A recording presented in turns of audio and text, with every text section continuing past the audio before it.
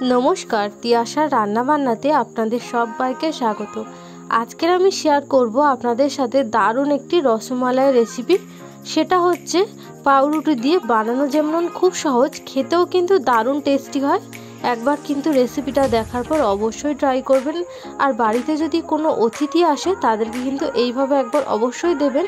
খেয়ে কিন্তু বোঝাই যাবে না যে এটা সম্পূর্ণটা শুধুমাত্র পাউরুটি দিয়ে তৈরি। তার জন্য সবার প্রথমে একটা গ্লাস দিয়ে এভাবে একটা গোল গোল শেপ দিয়ে দিচ্ছি।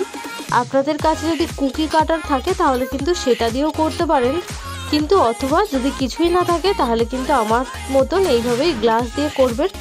এতেও কিন্তু খুব সুন্দর গোল হয়ে যায়। দেখুন, আমি ফার্স্টে একটা করে নিয়েছিলাম, সেটা আপনাদের সাথে শেয়ার করলাম।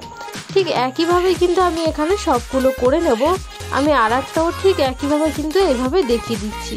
এইভাবে রসমালাইটা বানালে খেতে কিন্তু দারুণ টেস্টি হয়, আর বানানো খুব সহজ, ঝটপটে কিন্তু এই রেসিপিটা হয়ে যায়। তো সবগুলো আমার কাটা হয়ে গেছে। আমি এখানে একটা প্লেটের মধ্যে নিয়ে নিয়েছি। দেখুন, সাজিয়ে নিয়ে নিয়েছি একটা প্লেটের মধ্যে। তারপর আলাদা একটা প্লেটে এইভাবে আমি পাউরুটিগুলো এভাবে সাজিয়ে দেব। এইভাবে কিন্তু রসমালাইটা একবার অবশ্যই বাড়িতে ট্রাই করবেন।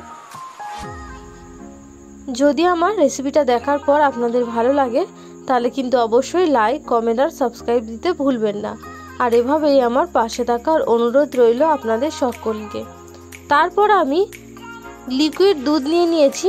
তার মধ্যে কিন্তু আমি গুঁড়ো দুধ মিশিয়ে দিয়েছি 2 চামচ মতন, মানে দুধটাকে একদম গাঢ় করে নিয়েছি।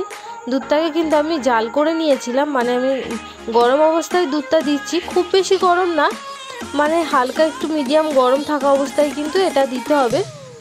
তাহলে কিন্তু একদম পাউরুটিগুলো খুব সুন্দরভাবে সফট হয়ে যাবে, আর দুধটা কিন্তু খুব ভালো মতনভাবে এর সাথে মিশে যাবে।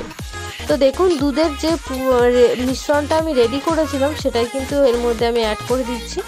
অবশ্যই কিন্তু গুঁড়ো দুধটা দেবেন, তাহলে কিন্তু এটা দেখতে সুন্দর লাগবে এবং খেতে দারুণ টেস্টি হবে। আর পুরো একদম রসমালাইয়ের মতনই কিন্তু খেতে হয়। একবার কিন্তু বাড়িতে অবশ্যই এই রেসিপিটা ট্রাই করবেন।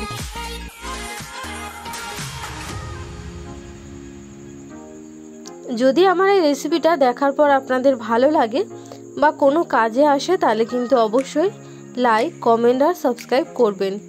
আর এভাবেই আমার পাশে থাকার অনুরোধ রইল আপনাদের সকলকে। তো সম্পূর্ণ আমি দুধটা এখানে দিয়ে দিয়েছি। এখানে মোট আমি হাফ বাটি পরিমাণে দুধ নিয়েছিলাম আর 4 চামচ মতন গুঁড়ো দুধ নিয়েছি। তো দুটোকে একসাথে মিশিয়ে নিয়েছিলাম, নিয়ে কিন্তু এর মধ্যে ভালো মতন করে দিয়ে দিয়েছি। ব্যাস, পাউরুটির রসমালাইটা কিন্তু একদম রেডি হয়ে গেছে। যদি এই রেসিপিটা দেখার পর আপনাদের ভালো লাগে তাহলে কিন্তু অবশ্যই লাইক, কমেন্ট আর সাবস্ক্রাইব করবেন।